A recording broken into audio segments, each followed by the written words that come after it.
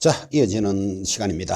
제2조 용어의 정의입니다. 법조문으로서는 제2조고, 여러분들 입장에서는 지금 이제 3번으로 번호가 돌았고, 방금 교재에도 표시했다시피 항상 용어의 정의가 출발하면 반드시 뭐 적혀 있어야 됩니까? 암기 적어놓고 출발을 하셔야 됩니다. 자, 그래서 모두 6가지 여러분들 용어의 정의를 보셨죠? 중개에서부터 6번째 중개보조원까지 6개의 정의를 보셨고, 이 6가지는 하나하나가 반드시 출제됩니다. 반드시 출제됩니다. 이 용어의 정의라는 것은 법을 만드는 사람이 A는 B다 이렇게 정의를 내렸습니다. 그래서 정의를 내렸으니까 여러분들은 A는 B다인데 A는 B 플러스도 되고 B 마이너스도 되고 B 제로도 되고 이렇게 이해하시는 순간 이 문제는 틀립니다. 반드시 글자 그대로 암기할 것. 그래서 아주 독특한 단원이다 이렇게 이해했죠. 모든 학습의 내용들은 이해 위주로 출발을 하는데 이 단원만 암기하셔야 됩니다. 모두 6개. 언제까지요? 시험 칠 때까지 암기하면 되겠죠. 여러분, 이 용어가 중요하다는 것은 돌아가면서 문제도 하나가 반드시 출제가 되지만 이 용어를 모르고 있으면 앞으로 수업을 못 따라옵니다. 그래서 이 단원이 중요합니다. 그래서 항상 전달했지만 여러분에게 지금 초반기 예를 들어서 뭐 1, 2, 3, 4월 정도에 아직 용어를 정확하게 몰라도 크게 문제가 안 되죠. 뭐 1, 2, 3, 4월이니까. 근데 7, 8, 9월이면 내일 모레 이제 시험 치는 달이잖아. 그죠? 그러면 7, 8, 9월에도 어떤 수험생이 질문을 합니다. 예를 들어서 이러이러한 내용은 이런데 이게 왜 이렇습니까? 이렇게 질문을 하면 제가 이건 이렇고 이건 이렇다 이렇게 이제 답변을 해주고 그 학생은 알았습니다 하고 돌아서서 가는 뒷모습을 보면서 걱정됩니다. 7, 8, 9월인데 아직도 용어가 정리가 안 돼 있구나. 그래서 지금 내가 설명을 해서 보내지만 잘 이해했을까? 이렇게 걱정한다니까요. 그래서 1, 2, 3, 4월에는 좀 틀려도 되지만 7, 8, 9월 달쯤 되면 이 암기는 글자 그대로 6가지가 딱 막 박혀 있어야 됩니다. 오늘도 수업해보면서 느끼겠지만 이 용어의 정의는 절대로 이해하는 단원이 아니다. 그죠? 반드시 암기를 요구합니다. 모두 몇 개? 6개를 전달했고, 자, 그 6개 중에 그래도 여러분 1번이 그래도 중요 안 하겠습니까? 자, 6개의 용어의 정의가 있는데 그래도 1번에 그렇습니다. 1번 여러분들 교재로는 26페이지고 자료로는 제일 위에 있습니다. 자, 교재 26페이지 상단 1번 중개의 개념하고 출발을 했는데, 자, 암기하셔야 될 것 첫째 줄에 줄 것입니다. 중개라 하면 제3조 규정에 의한 중개대상물에 대하여 거래 당사자 간의 매매, 교환, 임대차 그 밖의 권리의, 자, 여기서는 가장 중요한 게 그 밖입니다. 그 밖 두 글자의 동그라미, 그 밖의 권리의 덕실 변경에 관한 행위를 뭐 알선하는 것을 말한다. 그리고 이를 분설하면 다음과 같다 하고 이제 설명이 되니까 첫째 줄이 법조문이죠. 그 자체를 그대로 암기하셔야 됩니다. 자, 다시 한 번 더 강조합니다. 여러분, 그래도 용어의 정의에서는 중요한 게 1번 중개인데, 중개는 지금 여러분들이 오늘도 중개라는 말을 많이 썼죠. 예를 들어서 지금 여러분들은 공인중개사를 공부합니다 할 때도 중개가 들어가잖아 봐요. 공인중개사 할 때 중개, 또는 여러분들은 나는 나중에 자격증을 취득하면 중개업을 할 거야, 중개업을 할 거야 할 때도 중개라는 말이 들어가잖아. 그죠? 자, 그러면 여러분들은 나름대로 중개라는 말을 쓰지만 법에서는 이렇게 제시를 했습니다. 중개는 이 법에 규정된 중개 대상물에 대하여, 이거 암기입니다. 거래 당사자 간에, 그 거래 당사자가 누구냐 하면 파는 사람을 매도인, 사는 사람은 뭐 매수인, 그렇게도 말하겠죠. 만약 임대를 하면 임대인, 임차인 그렇게 이야기해도 되겠죠. 거래 당사자 간에 그 물건에 대해서 매매, 교환, 임대차 그 밖의 권리의, 자, 여기서는 가장 중요한 게 그 밖 두 글자입니다. 이 그 밖이라는 글자를 빼고 시험에 서너 번 출제를 했습니다. 그래서 임대차 그 밖의 권리의 덕실 변경에 관한 행위를 알선하는 것, 이렇게 정의를 내렸고 이 내용을 암기하셔야 됩니다. 그런 뜻이죠. 자, 그러면 이제 뭐 첫 번째 듣거나 그냥 지금까지 공부하셨던 분들이 그냥 공부하셨다면 지금부터 글자 그대로 암기라는데, 그 밖을 왜 동그라미 했는가 하면 그 밖을 빼면 틀리기 때문에 그렇습니다. 이렇게 나오겠죠. 자, 용어의 정의로서 틀린 것을 찾으시오. 중개라 하면 이 법의 규정된 중개 대상물에 대하여 거래 당사자 간의 매매, 교환, 임대차의 덕실 변경에 관한 행위를 알선하는 것 하면 틀렸잖아요. 왜? 그 밖의 권리가 지금 빼고 읽었죠. 그런데 이거를 시험 지문에 적어 놓으면요, 그렇게 비슷하게 보입니다. 또 그 밖의 권리가 없더라도 당연히 중개가 될 수도 있기 때문에 그렇습니다. 그래서 지금 이 단어는 이해하는 단어이 아니고 반드시 암기하라. 글자 그대로 암기하라 그랬잖아요. 그죠? 만약에 이 그 밖의 권리가 빠진 상태인데에서도 이거를 맞다 해버리면 그 밖의 권리인 물권적 행위는 덕실 변경을 못한다라는 말이 되니까 특히 유념하셔야 됩니다. 그 유념할 것도 없습니다. 글자 그대로 암기해 나가야 됩니다.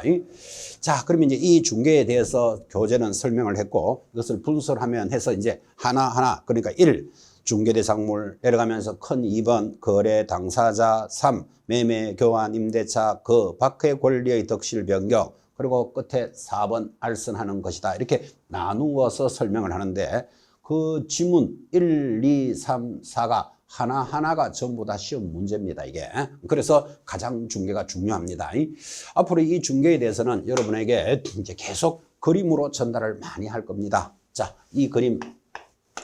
물건을 파는 사람, 물건을 가지고 있는 갑이 있습니다. 자, 물건을 가지고 있는데 이 물건이 아파트 같이 생겼습니까? 자, 우리말로 하면 부동산을 가지고 있는 사람이다. 그럽니다. 자, 이 물건을 사고자 하는 사람이 있습니다. 사는 사람을 매수인 또는 뭐 임차인 이렇게 해도 되겠죠. 여기에 A라는 개업 공인중개사가 중개를 하는 그림입니다. 자, 그러면 여러분들은 앞으로 이 중개라는 용어의 정의에 있어서 중개의 정의에 이 그림이 중개를 나타내니까 앞으로 이 그림은 시험 때까지 아마 수백 번을 만나게 될 겁니다. 그래서 수백 번을 만날 거니까 그림으로 중개를 이해합니다. 자, 여러분 책 제가 한번 읽어드렸고 동그라미 하라 그랬죠. 자, 여기 우리 PPT 자료에서 다시 한번 읽어드렸죠. 또 동그라미도 돼 있고 이거를 그림으로 그렸습니다. 지금 세 번째 설명했죠. 세 번째. 이제 네 번째 또 그림하고 비교합니다. 그러면 벌써 다섯 번째 설명하는 겁니다. 자, 중개는 앞으로 이렇게 갑니다. 이 법에 규정된 중개대상물에 대하여 그랬으니까 그림을 보시면서 이게 중개대상물이겠죠. 주로 부동산일 겁니다. 그래서 이 중개대상물은 제3조에 규정이 되어 있습니다. 지금 우리가 2조 하잖아. 그죠? 3조 다음 시간에 공부합니다. 이 물건에 대하여 거래 당사자 간에, 당사자가 누구다? 갑하고 을 사이에 이 말이에요. 파는 사람이면 매도인과 매수인 사이에 이렇게 말해도 되겠고 굳이 이름을 넣고 싶으면 뭐 김갑동이와 이얼순 사이에 이래도 되는데 김갑동, 이얼순 적어 넣으려면 글자가 많잖아. 그죠? 그래서 갑을 이렇게도 적습니다. 자, 갑을 사이에 이 물건을 두 사람이 뭐합니까? 매매도 하고 교환도 하고 임대도 하면서 또 그 밖의 권리라는 것도 있습니다. 저기 동그라미가 되지만 그 밖의 권리는 물권적 행위다 이런 게 보이죠.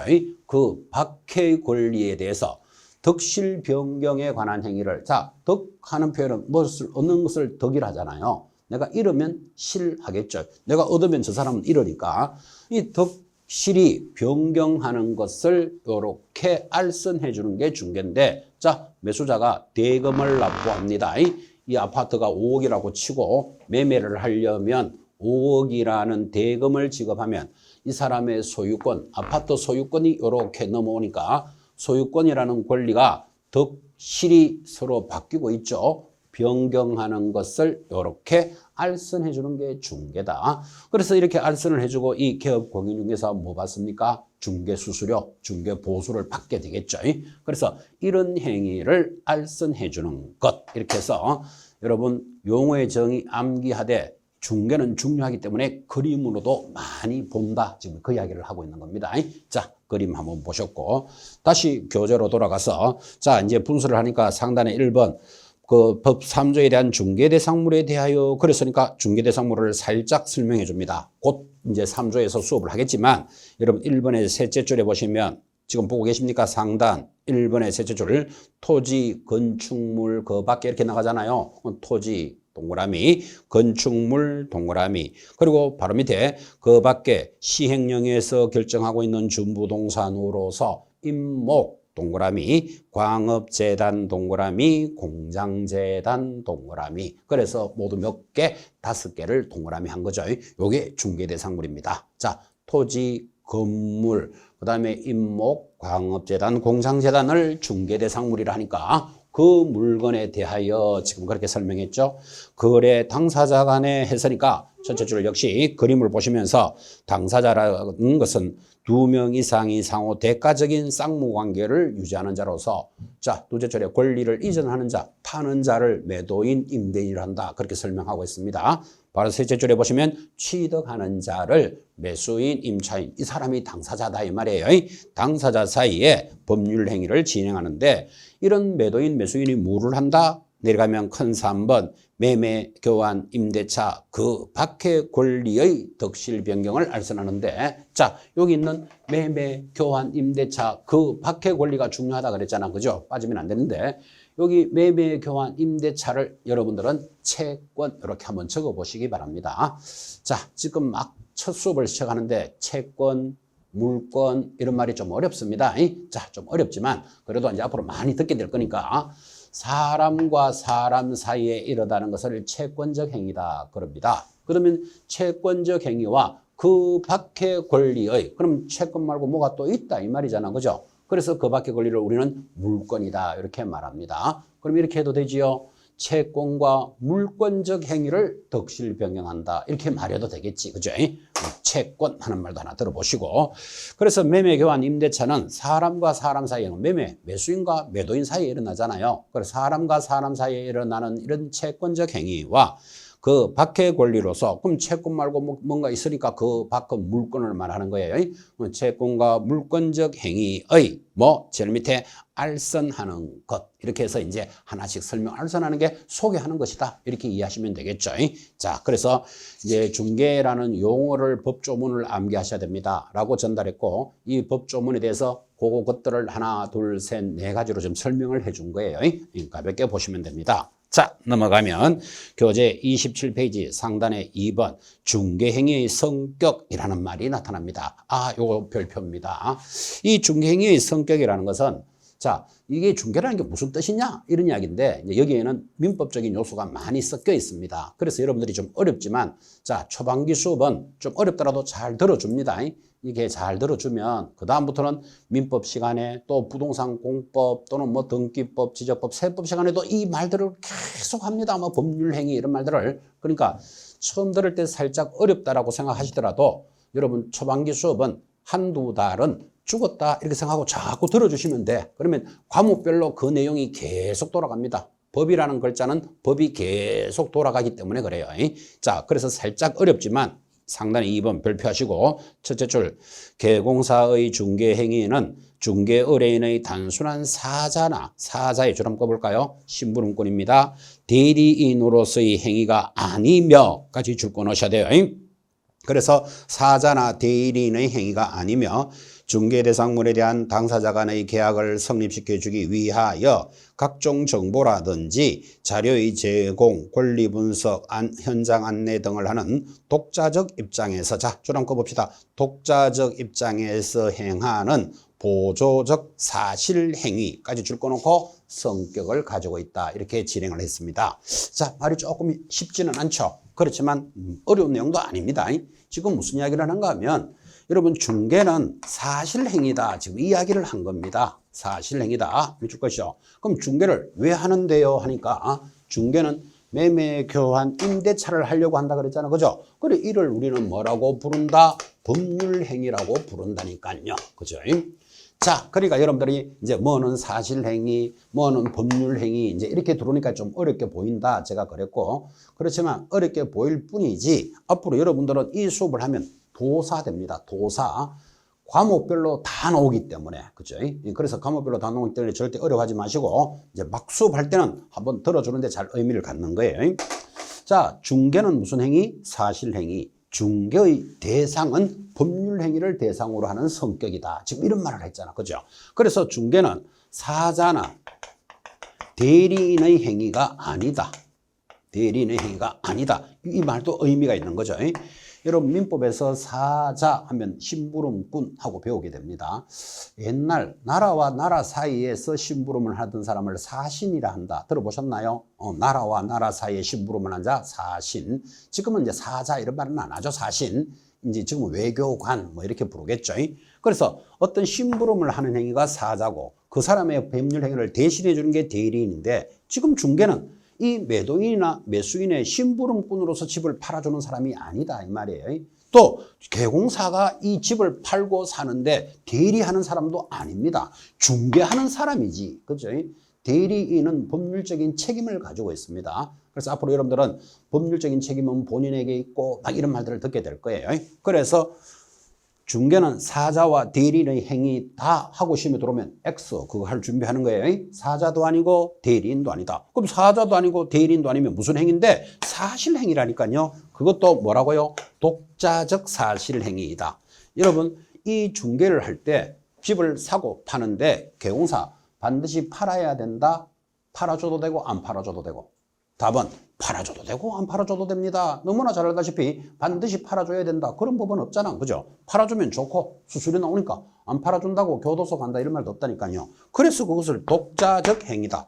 어떤 의무를 가지고 있는 행위가 아니잖아. 그죠? 그리고 사실행위랍니다. 사실행위라는 말은 자 여러분 아파트를 하나 팔아주세요. 사주세요라고 오면 여러분들은 뭐를 해야 됩니까?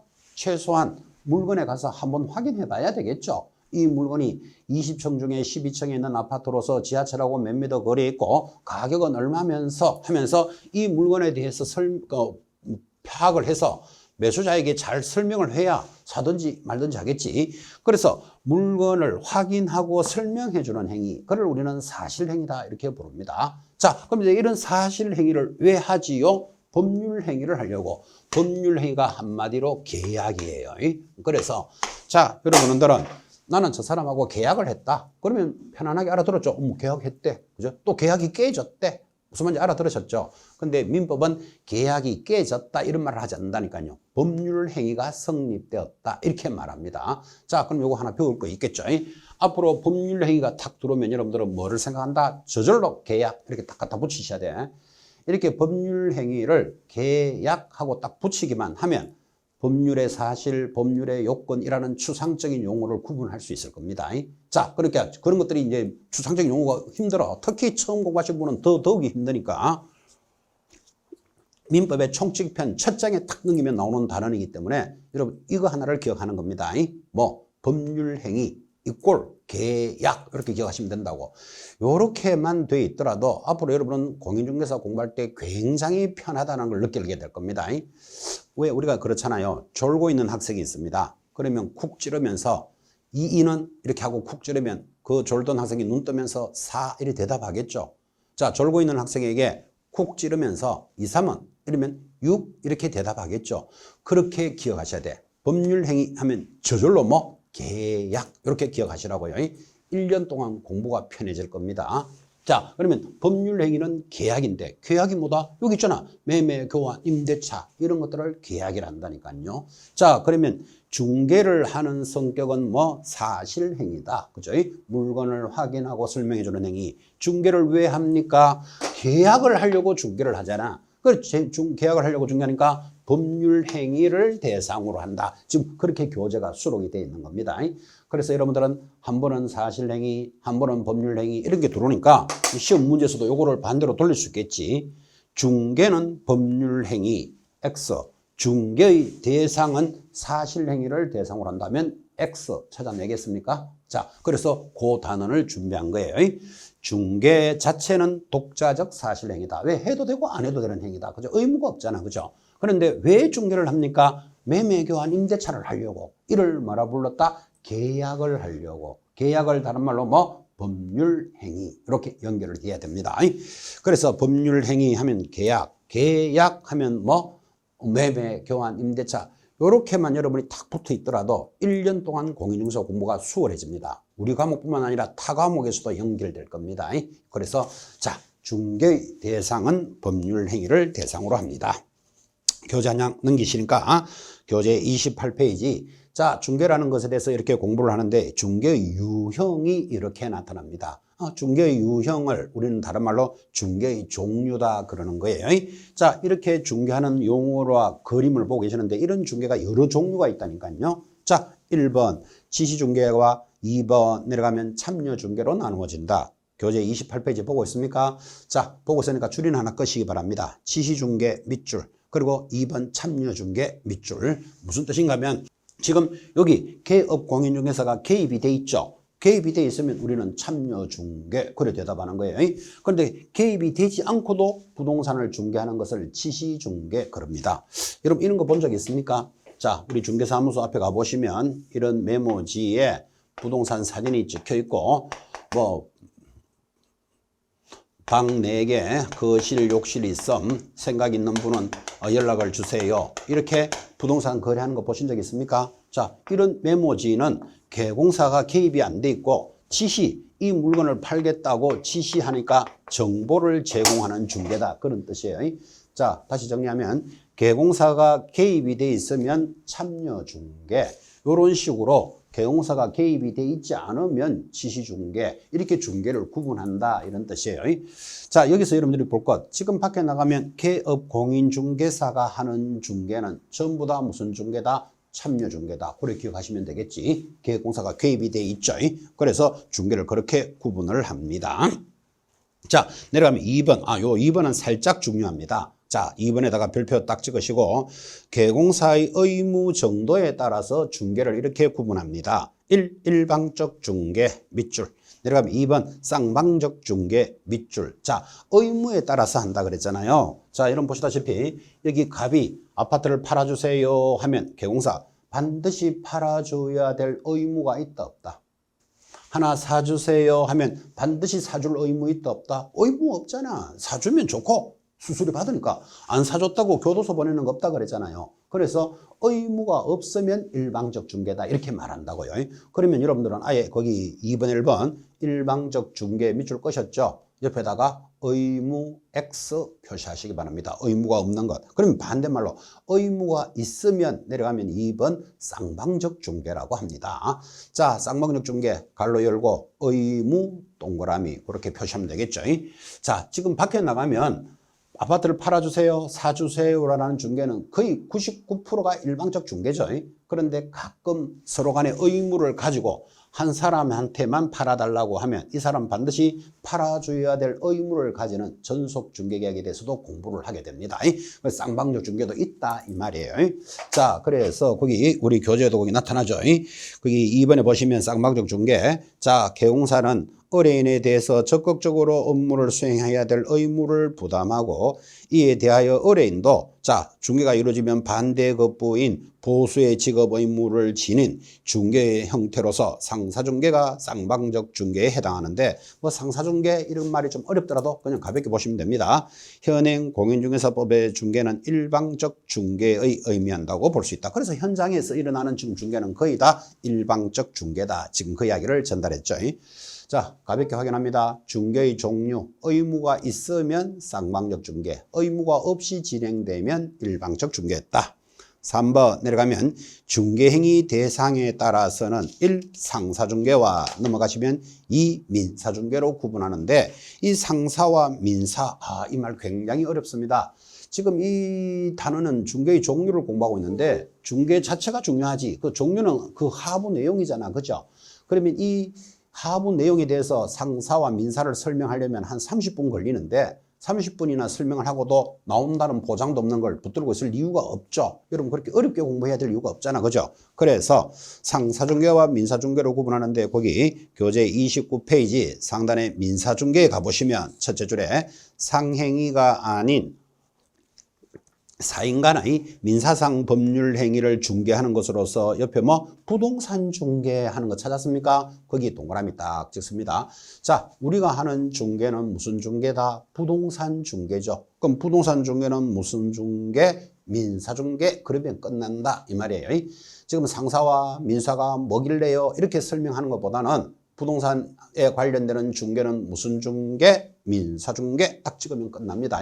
아주 오래전에 출제도 한번 됐습니다. 상사중개하면 틀린다. 상사중개는 주로 상법을 따라가는 게 상사중개입니다. 대표적으로 여러분들 뭐 금융기관에 가보면 자동차 보험 같은 거 가입할 때 몇 년씩은 금액이 얼마 요율이 다 정해져 있죠. 이거 상법에 따라서 정해져 있습니다.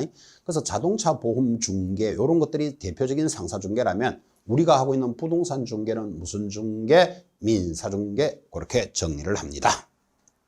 4번 내려갑니다. 자, 중개인이 주체에 따라서는 설명할 필요도 없죠. 혼자 하면 단독 중개, 여러 사람이 같이 하면 공동 중개, 그렇게 구분을 합니다. 지금 우리 현장에서도 공동 중개 많이 일어나고 있습니다.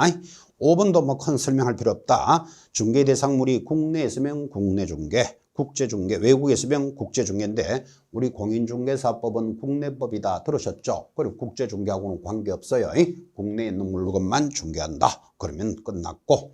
자, 내려가면 6번 법적 제도에 따라서 요것도 살짝은 조심하셔야 돼요. 이게 이제 시험에 중요한 내용인데 자, 법적인 제도와 근거 거기 줄 거 놓고 1번 사중개와 2번 내려가면 공인중개로 구분을 합니다. 자, 그때 1번 사중개 바로 밑에 보면 법과 제도의 근거가 없이 하는 말 있죠. 거기 동그라미 떼놓고 그냥 법 없이 알아서 하는 거, 개인과 개인끼리 일어나는 걸 사중개를 한다. 지금 이 말이에요. 그럼 내려가면 2번 공인중개는 뭐냐? 첫째 줄에 법과 제도에 근거한 공인중개. 그 법과 제도에 한 공인, 거기 동그라미 하시는데 이걸 왜 시험에서 중요해야 되는가 하면 자, 지금 이 중개의 종류를 따지는데 법에 따라서 하면 무슨 중개? 공인중개. 법에 따라서 안 하면 무슨 중개? 사중개다. 지금 그 말 하는 거잖아. 그죠?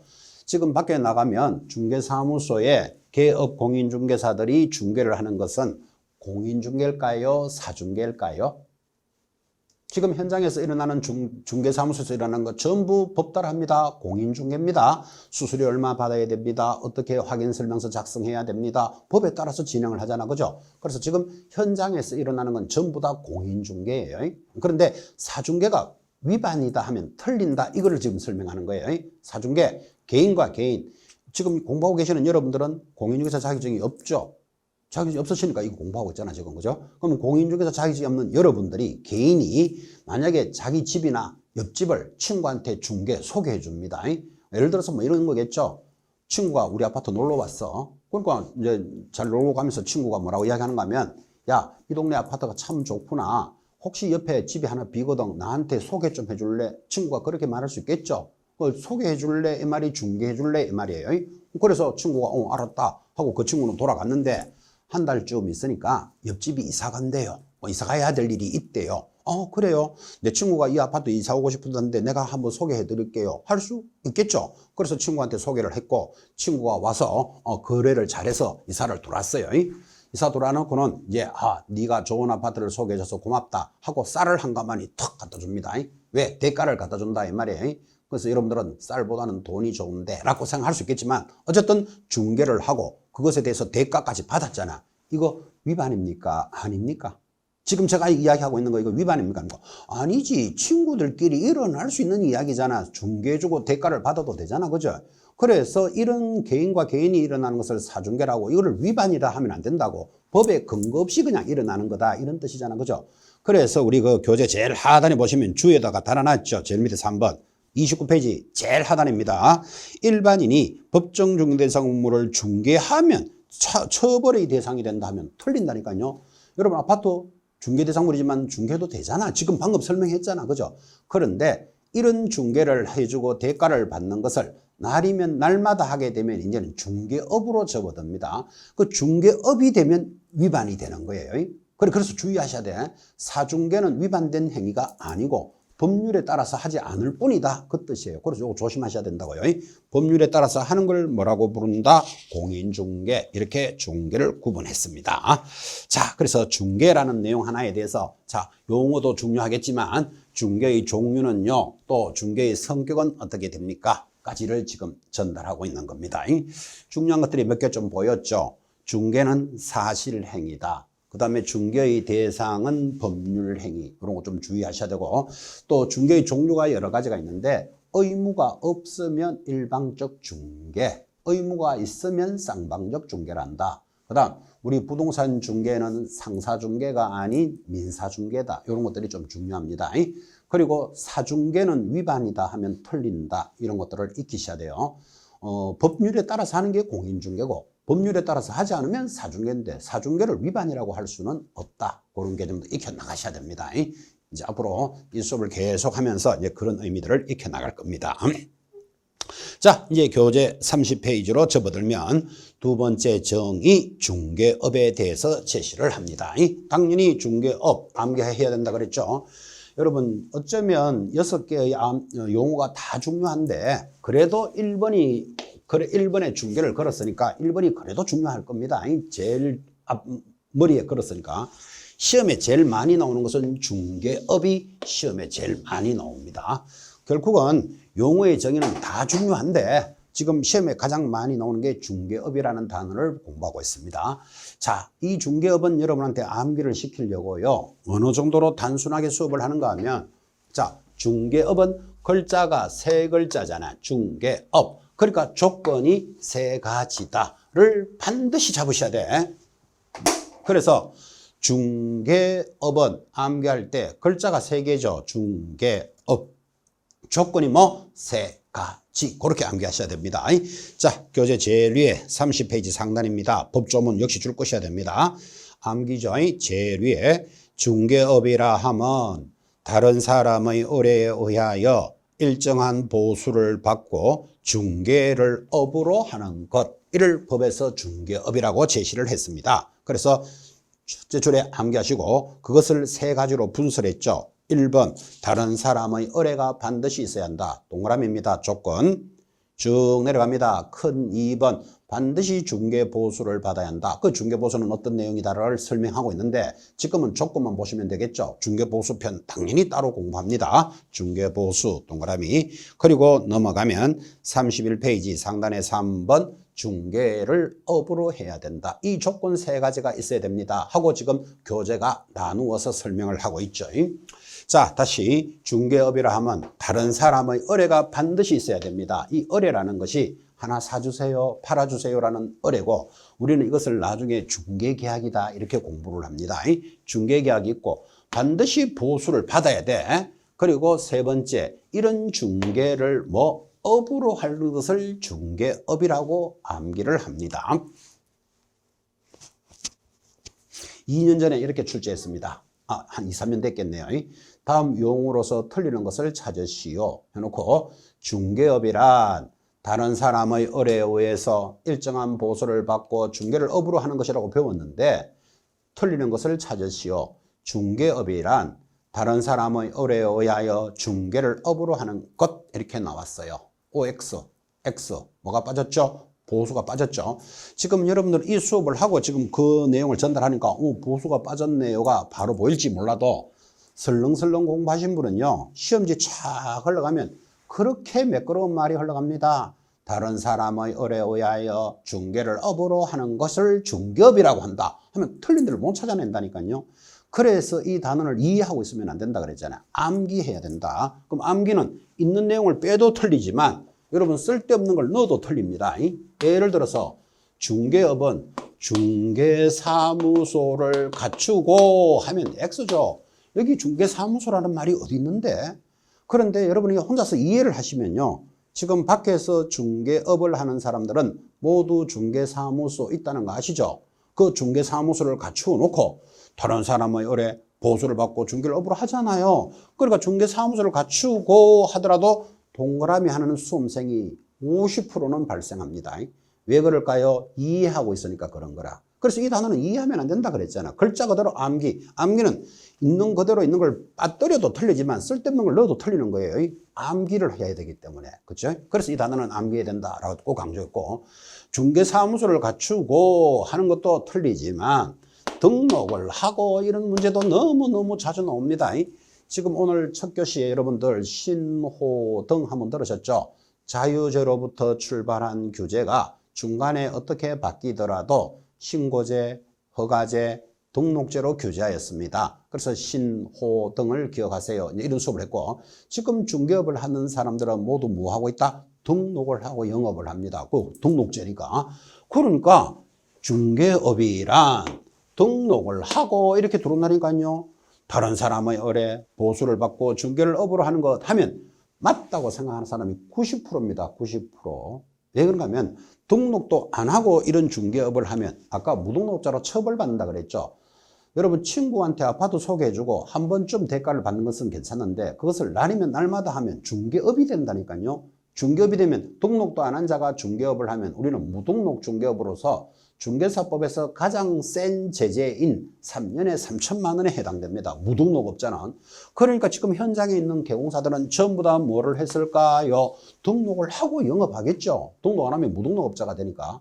그래서 시험 지문에 그렇게 올린다고요. 중개업은 등록을 하고 다른 사람의 을에 일정한 보수를 받고 중개를 업으로 하는 것 하면 당연히 맞다고 생각하는 게 90%라 그랬잖아요. 90%. 틀립니다. X입니다.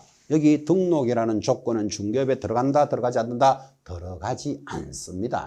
그래서 여러분들은 이 단어를 유념해야 된다고. 매번 이해를 하면 당연히 등록하고 중개업을 하잖아요. 이렇게 접근하면 이 단어는 틀린다 그랬죠. 그죠? 그래서 용어의 정의는 돌아가면서 하나씩 출제도 되지만 시험 문제에서도 중요하고 용어를 모르면 앞으로 수업을 못 따라간다니까요. 그래서 중개업에는 등록은 요소가 아닙니다. 그래서 특히 중개사무소를 갖추고 이런 문제 등록을 공부를 많이 한 사람이 더 잘 틀려요. 등록한 사람이 당연히 중개업을 한다고 생각하기 때문에 주의하시고 중개업은 글자가 3글자니까 조건이 3가지 이렇게 단조롭게 전달했습니다. 반드시 암기해야 되는 단어들을 지금 가고 있습니다. 자, 넘어가면 32페이지 세 번째 개업공인중개사라는 정의입니다. 이번 지나간 34회 시험에서도 이 중개업을 걸었습니다. 여러분 용어의 정의는 돌아가면서 하나씩 나온다 그랬잖아요. 그러면 한 개 지문에 5개 지문이 뜨잖아요. 뭐 옳은 거 틀린 거 찾아라. 5개 중에 중개업을 답으로 걸었어요. 중개업이 시험에서는 그렇게 중요하다 이렇게 표시가 돼 있고 원래 이 중개업에서 여러분들한테 문제를 걸었기 때문에 여러분들은 앞으로 뭐를 잘 봐야 된다? 개공사, 개업공인조사를 좀 잘 봐야 될 필요가 있습니다. 뭐 또 잘 봐야 된다 이게 중요한 게 아니고 개업공인중개사가 우리 공인중개사법의 주인공입니다. 주인공. 그래서 가장 중요한 사람인데 여러분 앞으로 개업공인중개사 이렇게 다 읽으려고 그러면 숨 넘어가거든요. 그죠? 그래서 이걸 줄여서 앞으로 개공원 이렇게 이야기할 거예요. 또는 가끔 개공사는 하면 개업공인중개사를 줄여서 부르는 말이다. 그렇게 이해하시고 자 여러분 그 교재 30페이지 가운데 3번 개업공인중개사의 개공사를 동그라미 해주시기 바랍니다. 앞으로 개공사 이렇게 읽을 겁니다. 근데 이전의 용어는 이것을 중개업자라고 불렀어요. 그러니까 이거는 필기하지 마시고 듣기만 하면 되는데 위상을 높이기 위해서 이제 중개업자라고 불렀다라는 내용은 이런 뜻입니다. 이 지금 우리 중개사법이 83년도에 만들고 84년도부터 시행했다 그랬죠. 아까 첫째 시간에 살짝 이야기했지만 지금 2024년이니까 약 40년이 지났잖아. 그죠? 요게 개공사로 바뀐 지가 5년쯤 됐어요. 그러면 5년 전에는 개공사를 뭐라고 불렀다? 중개업자라고 불렀겠죠. 그러니까 35년 동안 중개업자라고 지금 용어가 준비되어 있다가 이제 개공사로 바꾼 거예요. 바꾼 지가 한 5년 됐다 이 말이에요. 아니 그러면 지금도 귀에 너무나 익숙한 중개업자라는 말이 있는데 이거를 왜 개업공인사로 바꿨을까요? 굳이 이제 설명을 한다면 그것도 첫 시간이니까 이 정도 한번 설명합니다. 여러분 우리는 그 의사 선생님을 만나고 오면 그분은 뭐 의학 박사인데 뭐 내과 전문 의사다. 우리는 전문 의사입니다. 이런 말을 하잖아. 그죠? 그 의사를 보고 의료업자를 만나고 왔습니다. 이렇게 말 안 하잖아요. 의사, 그지? 의학 박사님을 만나고 왔다. 이러지. 의료업자를 만났다는 말 안 하잖아요. 변호사가 있습니다. 여러분 변호사는 우리가 모르는 법률적인 모습 이런 것들을 도와주는 자가 이제 뭐 돈 받고 도와주지만을 변호사라 부르는데 여러분은 오늘 변호사를 만나고 와서는 법률업자를 만나고 왔다. 법률을 가지고 이제 돈 버는 사람이잖아요. 그러니까 법률업자를 만나고 왔다. 이런 말 안 하잖아. 변호사를 만났다 그러잖아. 그죠? 그런데 우리 공인중개사들은 공인중개사라는 국가 자격증이 있음에도 불구하고 중개업자라고 불렀다고. 중개를 하는 업자다 이 말이에요. 그죠? 그러니까 이게 법을 만들 때 중개업자로 걸었으니까 이제 공인중개사들이 성질 나는 거예요.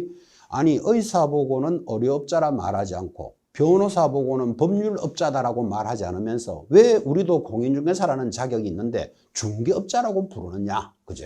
그래서 이것에 대해서 얼마나 많은 시간 동안 투쟁을 해서 35년 만에 이제 용어를 바꾼 거예요.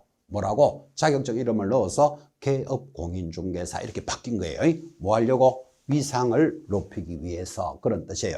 첫째 시간이니까 한번 좀 설명하는데 중개업자라는 말을 근 35년 이상 사용하다가 바뀐 이유가 더 좋아지고 잘 되려고 바뀌었겠죠. 나쁘게 바꿀 이유는 없으니까. 그래서 이런 의미를 가지고 있음을 지금 설명드렸는데 이렇게 제가 열심히 설명하지만요. 여러분들 가끔 신문이라든지 뭐 인터넷 뉴스라든지 TV 뉴스에 보시면요. 뭐 예를 들어서 LH공사가 뭐 어떤 부동산에 관한 투기 혐의가 있으면서 거기에는 많은 중개업자들이 개입이 되어 있고 그때도 보면 중개업자들이 개입되어 있고 뉴스에 그렇게 나온다고. 그러니까 아직까지 뭐 TV 뉴스라든지 신문이라든지 인터넷 뉴스에서는 이 중개업자를 개공사라 부르는 걸 모르는 기자들이 많은 거예요. 왜? 중개업자라는 말을 그렇게 너무나 오랫동안 보편적으로 사용했기 때문에 지금도 개업공인중개사로 바뀌었지만 뉴스에서는 중개업자라는 말을 보게 되는 겁니다. 그 기자들이 그렇게 쓰는 거니까 뭐 그 사람들은 시험 치는 사람이 아니니까 뭐 중개업자라 부르든 뭐 개공사로 부르든 그거하고 시험하고는 관계없는 사람들인데 여러분들은 이제는 중개업자라고 부르면 안 된다고. 왜? 이런 의미를 가지고 용어도 개정했지만 이 개공사가 우리 중개사법의 주인공이라 그랬잖아. 그죠? 그 주인공의 이름은 정확하게 기억하셔야 됩니다. 자, 그래서 중개업자는 위상을 높이기 위해서 예전의 용어로서 바뀌었는데 자, 지금부터 암기해야 될 것. 이걸 암기해야 되죠. 개공사라 하면 교재 첫째 줄에 줄 것과 있습니까? 이 법에 의하여 개설 등록한 자를 말한다. 그래서 32페이지 교재 제일 가운데 3번의 첫째 줄 반드시 암기하셔야 됩니다. 이 개공사가 주인공인데 이 법에 의해서 개설 등록한 자, 여기서 이제 핵심 단어가 등록이죠. 그래서 등록의 동그라미를 딱 해놓고 이거를 신허등 하는 이야기를 여러분이 들으셨다면 지금은 등록한 자지만 이전에는 뭐라고 불렀을 것이다? 허가 받은 자를 개공사라 했겠죠. 지금은 이제 허가가 아니고 등록제도니까. 그러면 개공사라 하면 이 법에 의하여 사무소 개설 허가 받은 자가 개공사예요. 지금은 이제 등록을 하니까 등록한 자라고 들어오는데 이렇게 여러분이 이해가 됐다면 중개사무소에 가보면 사장님 있고 실장님, 소장님, 과장님 뭐 여러 직원이 있다고 칩시다. 그럼 이 중에서 여러 명이 일을 하고 있지만 개공사는 몇 명일까요? 개공사는 딱 한 사람입니다. 등록한 자. 우리말로 영업 허가를 받은 자. 대체적으로 사장님이겠죠. 그래서 여러분 중개사무소에 일하고 있는 사람 아무나 보고 개공사로 부르면 안 됩니다. 등록한 자. 그 사람만 개공사죠. 그래서 등록한 자인데 얼마나 시험에 잘 내는지 등록을 하고 등록증을 교부받은 자를 말한다. X입니다. 여러분 등록증을 받은 자가 개공사 맞잖아. 그 이해를 하면 맞지만 시험용으로는 틀린다니까요. 여기 등록증을 받은 자라는 말이 없잖아 지금. 그죠? 글자 그대로 암기하라 그랬죠. 등록만 딱 되면 등록증을 받았거나 안 받았거나 개공사가 되는 거예요. 또 잘 나오는 문제. 이 법에 의하여 등록을 하고 중개업을 영위하는 자를 말합니다. 이래 나온다고요. X예요. 당연히 개공사 사장님은 등록을 하고 중개업을 영위하는 자 맞잖아요. 우리끼리 이해하면 맞다니까. 근데 시험용으로는 틀립니다. 암기하라 그랬죠. 등록한 자. 암기라는 것은 쓸데없는 말을 붙여도 틀립니다. 빼도 당연히 틀리지만 글자 그대로 암기할 것. 등록한 자. 자, 우리는 이 자를 개공사라고 이 개공사가 우리 중개사법의 주인공입니다. 이 핵심 주인공입니다. 그래서 이 개공사를 중심으로 중개사법이 쫙 만들어져 있습니다. 하는 업무라든지 위반을 하면 어떻게 되는지 또 개공사가 혼자서 일하기가 힘드니까 중개보조원이나 소공사 고용인들을 데리고 일을 하는데 이런 사람들하고 책임관계는 어떻게 되는지 이것들이 이 법을 구성하고 있는 내용입니다. 그래서 개공사 가장 중요한 용어다 이렇게 전달을 합니다. 개업공인중개사는 등록한 자인데 자 종류가 중개사법에 세 종류가 있습니다. 여러분 교재에 보시면 자 1번 중개법인 하는 종류 보이시죠? 그 중개법인에 일단 동그라미 우리 PPT에도 여기 있죠? 중개법인 동그라미. 자, 한 장 넘기시면, 넘겨서 두 장 넘기네요. 교재 34페이지 가면 상단에 2번 공인중개사인 개공사. 두 번째, 공인중개사인 개공사가 있습니다. 거기 제목 자체의 동그라미. 그리고 바로 밑에 3번, 이름도 길죠. 부칙 6조 2항의 개공사가 있는데, 옛날에는 이런 사람을 개설 등록한 것으로 보는 자다 이렇게 불렀어요. 부칙 6조 2항의 이것도 이름이 길기 때문에 우리는 앞으로 부칙 6조의 개공사 이렇게 부를 거예요. 자, 그래서 개공사의 종류가 모두 몇 종류가 보인다? 세 종류가 보이죠. 그래서 우리 중개사법에서 첫째 중개법인이 있고 공인중개사인 개공사가 있고 부칙 6조에 대한 개공사인데 이 부칙 6조는 90년대 이전부터 중개업을 하는 사람으로서 더 이상 늘어날 수는 없다 이런 표현이 있습니다. 그러니까 이 말이겠죠. 자, 1985년도에 제1회 공인중개사 시험이 있었다 그랬습니다. 자, 그러면 이제 1회 시험을 합격했으니까 이때 공인중개사가 나왔겠죠. 자, 이때부터 이제 자격증이 없으면 중개업을 못한다 하라고 법을 정하려 그러니까 그 전부터 해오던 사람들이 야, 나 자격증 없다고 갑자기 중개업을 못하게 하느냐 이 나쁜 놈들아 하고 막 극심한 데모를 합니다. 그래서 할 수 없다. 예전부터 해오던 사람이 할 수는 있다. 이렇게 예전부터 등록한 것으로 인정해주는 자를 뭐라고 부른다? 부칙 6조의 개공사라고 부릅니다. 근데 지금 85년이니까 지금이 얼마죠? 2024년이면 이게 몇 년 지났다? 40년이 지났잖아 지금. 그럼 그때 40이면 지금은 나이가 80대겠죠. 그때 50이었던 사람은 지금 60대겠죠. 50이었던 사람은 얼마? 90대겠죠. 그지? 그때 60이었으면 100. 그러니까 연세가 많아서 그만두는 사람이 있어도 새로 만들어지는 사람은 없겠죠. 그래서 부칙6조는 숫자가 꾸준히 줄어들어서 지금 약 한 10% 정도 남아 있습니다. 자, 그건 설명이고 여러분들은 뭐를 기억하셔야 되는가 하면 개공사의 종류는 모두 몇 종류? 세 종류가 있다. 이거 기억하시라고요. 첫 번째 법인인 개공사를 우리는 중개법인이라고 부릅니다. 전체 등록되어 있는 개공사의 한 5%좀 된다고 이렇게 볼까요? 숫자가 중요한 건 아니고 세 종류가 있다는 걸 이야기하는데 공인중개사인 개공사가 80%입니다. 그럼 이게 85%니까 부칙 6조는 대략 한 15%쯤 된다. 이렇게 보시면 되겠죠. 그래서 지금 등록한 자가 개공사니까 지금도 우리 중개협회라든지 등록되어 있는 자 명단을 탁 보면 몇 명이 등록되어 있는가 하면 대략 12만 6,830 몇 명이라고 지금 나오는데 여러분 지금 12만 6천 명이다 이렇게 하더라도 숫자가 정확하지 않죠. 왜? 오늘도 서울 어느 지역에서는 폐업하는 사람도 있을 것이고 지방 어디에서는 새로 등록해서 들어오는 사람도 있겠죠. 그러니까 하루에도 숫자가 수십 번 바뀌잖아. 그죠? 그래서 매일매일의 숫자가 달라질 수는 있지만 제가 올해도 아닙니다. 작년 12월 31일 기준으로 등록된 개공사를 협회보를 보니까 12만 6,800 얼마가 되는데 지금도 이거 바뀌었겠죠. 그래서 대략 한 12만 명 된다. 이렇게 이해하시면 될 거예요. 자, 그래서 개공사는 이 법에 의해서 등록한 자로서 대략 한 12만 명쯤 된다고 보고 그 중에서 가장 많은 종류가 뭐다? 공인중개사인 개공사 약 80%입니다. 아마 여러분도 자격증을 취득하시면 공인중개사인 개공사가 될 것입니다. 80% 이상이. 그 다음 회사를 설립하는 사람이 있습니다. 그래서 5% 정도를 우리는 중개법인이라고 부릅니다. 이 중에 여러분 자격증을 취득하면 나 회사를 하나 차릴 거야. 이를 우리는 법인을 설립했다 그래요. 법인이 한 5%. 그 다음 예전부터 인정해주면서 자격증은 없지만 할 수 있는 데까지 해주는 사람. 근데 숫자는 자꾸 줄어들고 있죠. 그래서 부칙 6조인 개공사가 대략 한 15%쯤 된다. 이렇게 이해하시면 세 종류를 익히겠습니까? 그런데 살짝 하나 더 체크하셔야 될 게 있습니다. 여기 보시면 교재 32페이지 제일 하단. 자, 거기 1번 중개법인에 우리 중개사법에 있는 자를 법인인 개공사라고 부른다고 그랬죠. 그 법인인 개공사를 중개법인이라고 그랬고 대략 5% 있다 그랬잖아. 그죠? 그런데 그 바로 밑에 보면 32페이지 제일 하단 특수법인 하는 게 보입니다. 자, 특수법인은 그냥 줄만 쫙 긋습니다.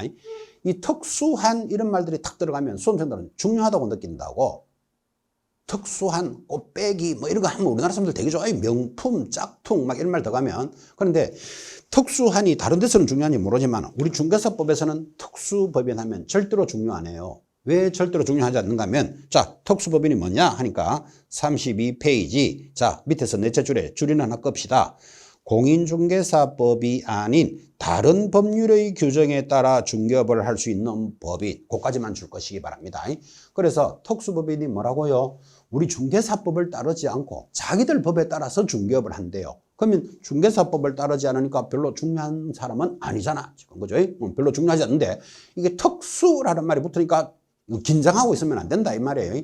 특수법인 시험에도 거의 안 나옵니다. 왜 안 나옵니까? 중개사법을 따르지 않는다니까. 그죠? 지금 우리 중개사법에 있는 것도 다 알기도 힘든데 그래서 약 특수법에 대해서 문제를 물으면 1% 묻습니다. 1%. 영 안 나오는 건 아니네. 1% 나옵니다. 99%는 중개사법에 따른 법인들만 나오니까. 그래서 특수법인은 중요 안 하다. 그죠?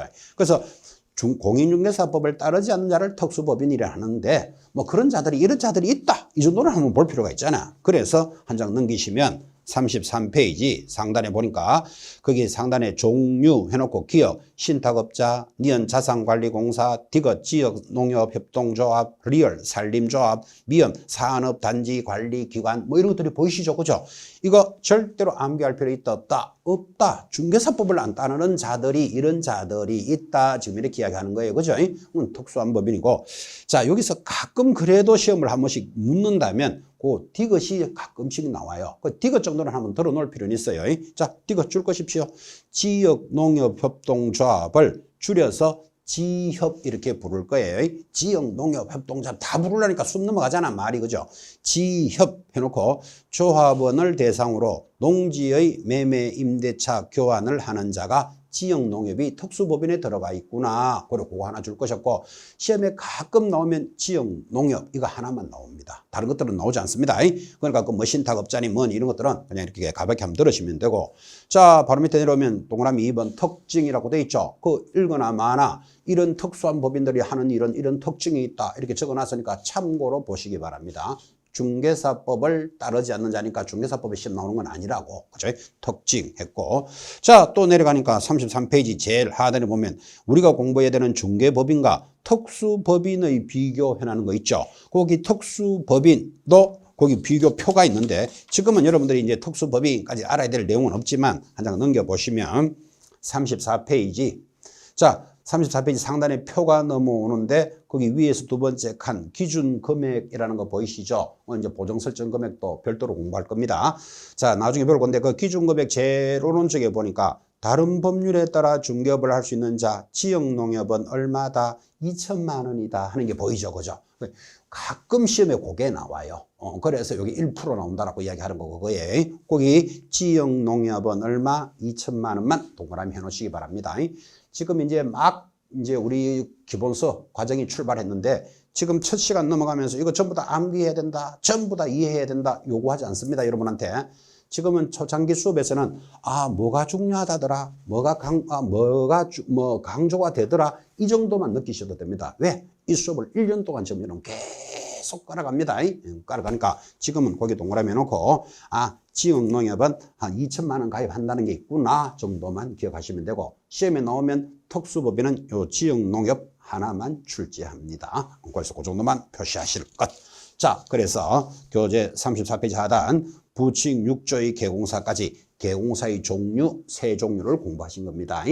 중개사법을 따르지 않는 자를 뭐라 부른다? 특수법인. 특수법인 중요 안 하다 그랬잖아요. 근데 특수법인 중에 지역농협이라는 게 하나 있더라. 그 정도. 지협. 자, 넘어가면 35페이지로 접어들었습니다. 이제 다섯 번째 용어의 정의겠죠. 자, 거기 공인중개사라는 정의부터 다시 네 번째가 들어옵니다. 10분 쉬었다가 다시 공인중개사의 정의대로 강조합니다. 10분 쉬었다가 하겠습니다.